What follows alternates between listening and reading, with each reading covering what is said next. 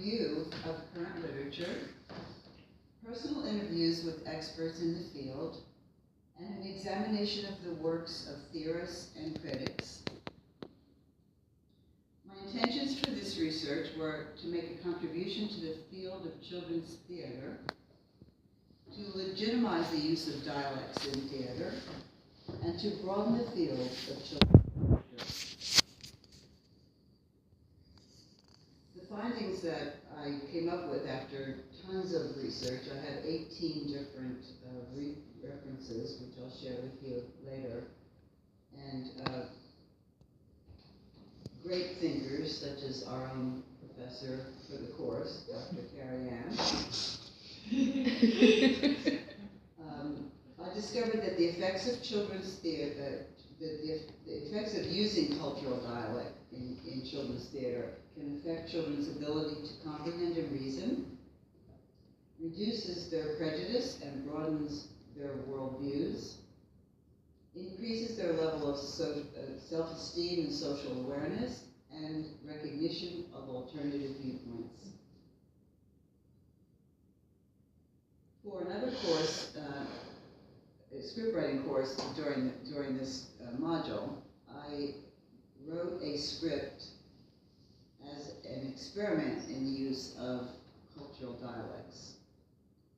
It's a story entitled Island Talk, and it's about a little displaced mouse who is searching for her family. Her name is Salome, and her companion is a little puppy named Peppino, and they travel together on a big wooden old cargo ship. One of the crew members, named Squall, is a 20-ish-year-old Bahamian, very adept sailor who is sort of the MacGyver of the group. He's bailing them out of all their dilemmas. And there's a little girl, a little Mexican girl named Lupita, 10-year-old girl, that they meet on a beach in Mexico.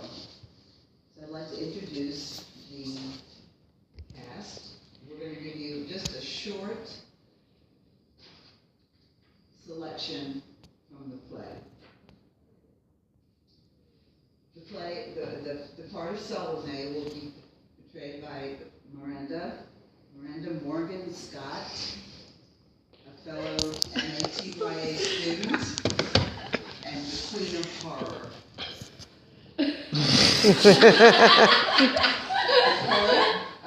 Peppino, her companion, will be played by Cassandra Wong.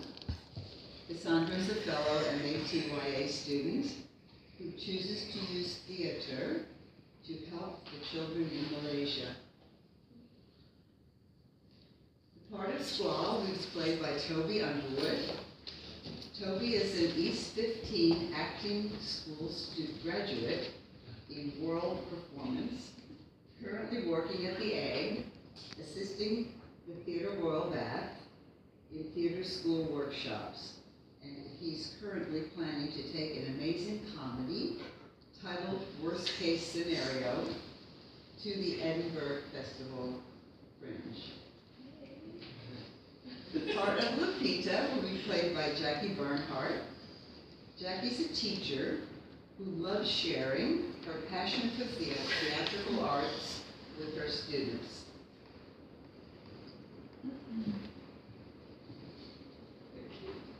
I'll be doing the narration.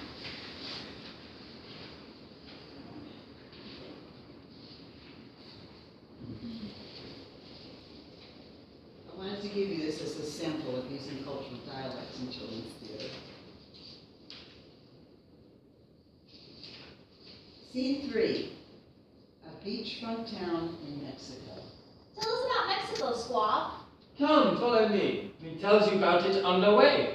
How many beaches are there? The whole country is lined with beaches. Too many beaches, no one can count them all. Let's walk along all the beaches to the south side. Lupita enters and walks beside them. ¿Dónde vives? ¿Dónde está tu casa? What did you say?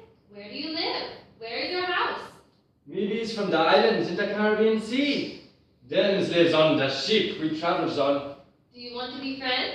Yes, what's your name? My name is Guadalupe Rosita Josefina de la Cruz Minguez Quintana. What? Guadalupe means little wolf, and Rosita means little rose. Josefina means God's generosity. De la Cruz means of the cross. Minguez is my mother's last name, and Quintana is my father's last name. But my friends call me Lupita. ¿Dónde vives, Lupita? I will take you right there after lunch. Lunch? Yes, my Uncle Tio is a vendor on the beach. He will give us roasted corn. We've been looking forward to your Mexican food. Come on, the corn is ready. I want to eat Mexican food for the rest of my life. Let's go to my house. My students will be arriving soon. Then we can go fishing. How can you be a teacher? You're only 10 years old. I'm not a teacher, but I am an A student. I teach the poor kids on Saturday. They don't get to go to school because they have to work. Your mama teach you to do that? No, my mother doesn't know that we meet in the basement every weekend. I like helping them, but my mother doesn't approve. It's wrong to do something against your mother's wishes. She's never home anyway. Our housemates know all about it, and they gave me permission to use the basement. What do you teach them?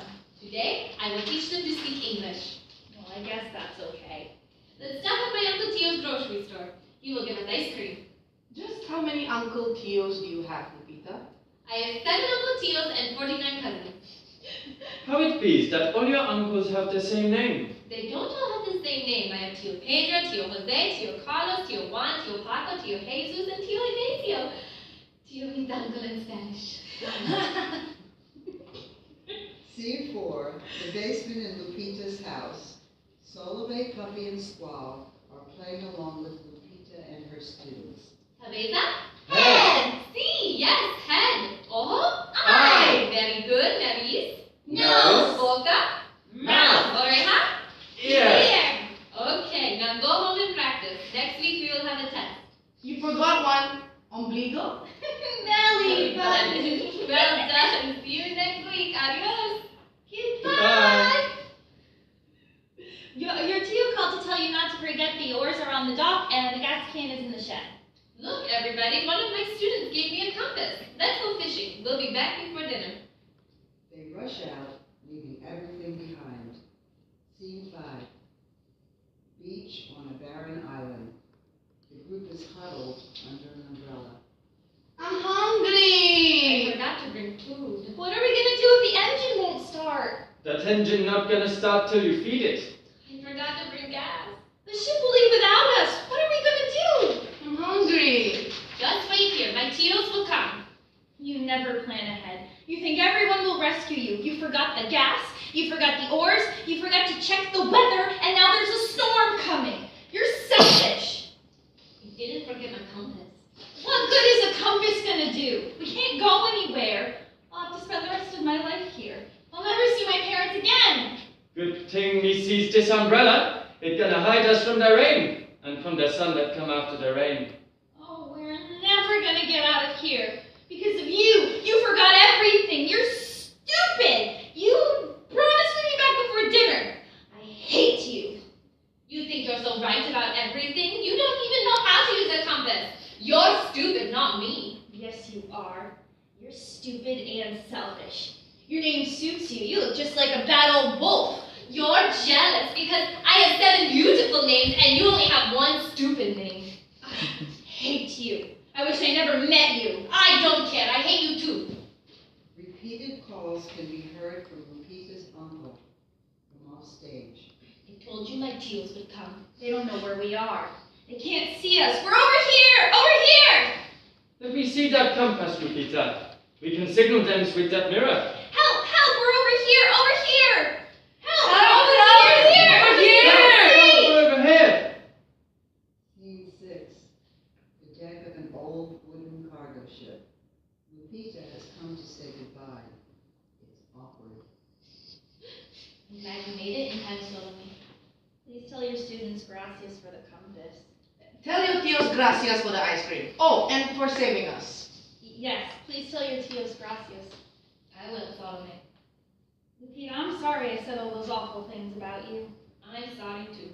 I'm sorry for my poor decisions. I didn't mean to cause trouble. I came here to try to smooth things over with you and to say goodbye. How can I make it up to you? Promise me that you will never, ever, ever out to sea without provisions, without being prepared. I'll do better, Salome. I promise. Can we be friends again? We never stopped being friends. Curtain.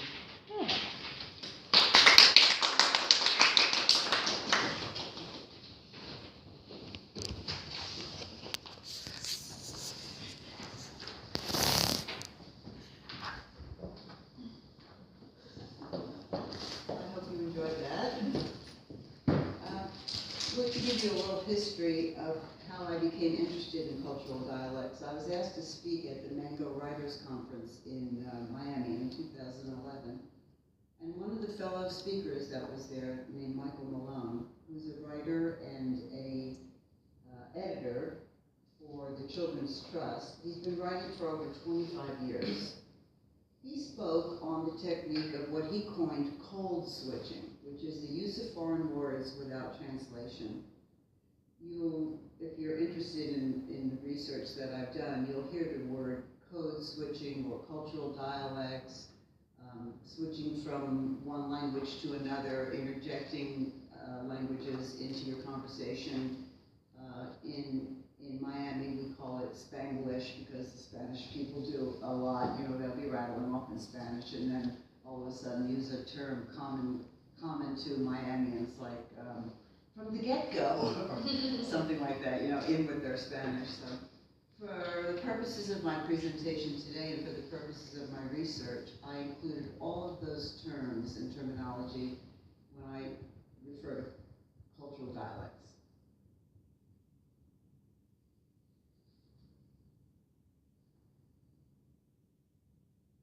I began my research by delving into the Vygotskian perspectives of socio-cultural constructivism. Vygotsky maintains that using his techniques in teaching are found to provide the child with the tools needed for cognitive development. I analyzed and contrasted Piaget's theories of cognitive development, which were found to be lacking in emphasis on social factors. It serves to mention that Vygotsky and Piaget have strongly opposing views on the importance of language, particularly. But they do agree on many other aspects of how children develop their cognitively, how they learn. Piaget disregards the social setting completely, and he concentrates on 4 stages of cognitive development that have to do with and restricted the child's age, and they carry on into adolescence. The child isn't able to absorb anything beyond the age bracket that they're in at the moment. Where for Vygotsky,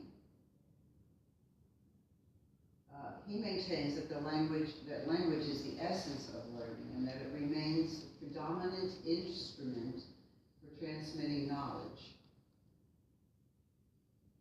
The yellow area that you see on the slide, Vygotsky labels the zone of proximal development. I'm sure many of you have studied this and know all about it, but that's the main difference in Vygotsky and Piaget. Vygotsky feels that although there is an area that's beyond the child's reach because of their age, there's a window of opportunity, or this zone, where the child can learn in a social environment, through storytelling, through adults that intervene in the child's education, and even through other children in play.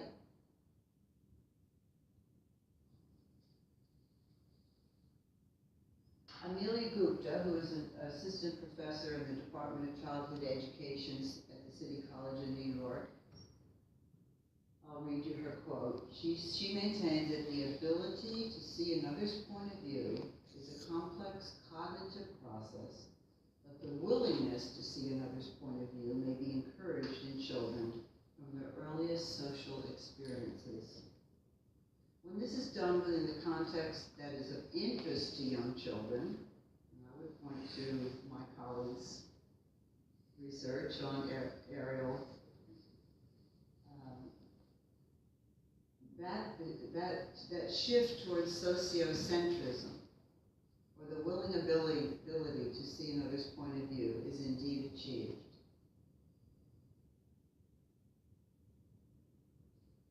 Gupta maintains that using Vygotsky techniques provide the child with a venue to understand diverse cultures, develop expertise and competency in the child, and improve language skills and self-esteem. Walt Woodrum, one of the most interesting for me, I guess because he agreed with me for the most part, but his paper, Everyone Has an Accent, he writes extensively on the use of dialect awareness programs in schools. He questions the underlying impetus for people's negative responses to dialect. He offers a comprehensive guide to teachers that can aid students in overcoming prejudice. And his comment is haunting almost, that it is a curious and even dangerous omission when the unique sounds of a culture are silenced.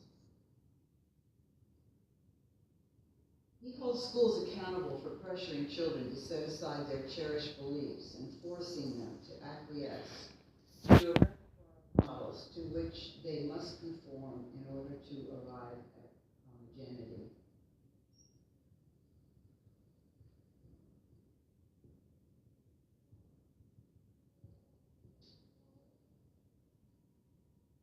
I have a very extensive list that I'll provide for anyone that would like to have it. You can just email me at lindaschneider15@vaspa.ac.uk. Let's skip the slide in here somewhere. I wanted to tell you that. Oh yes, my conclusions. Again, my reference list was very long and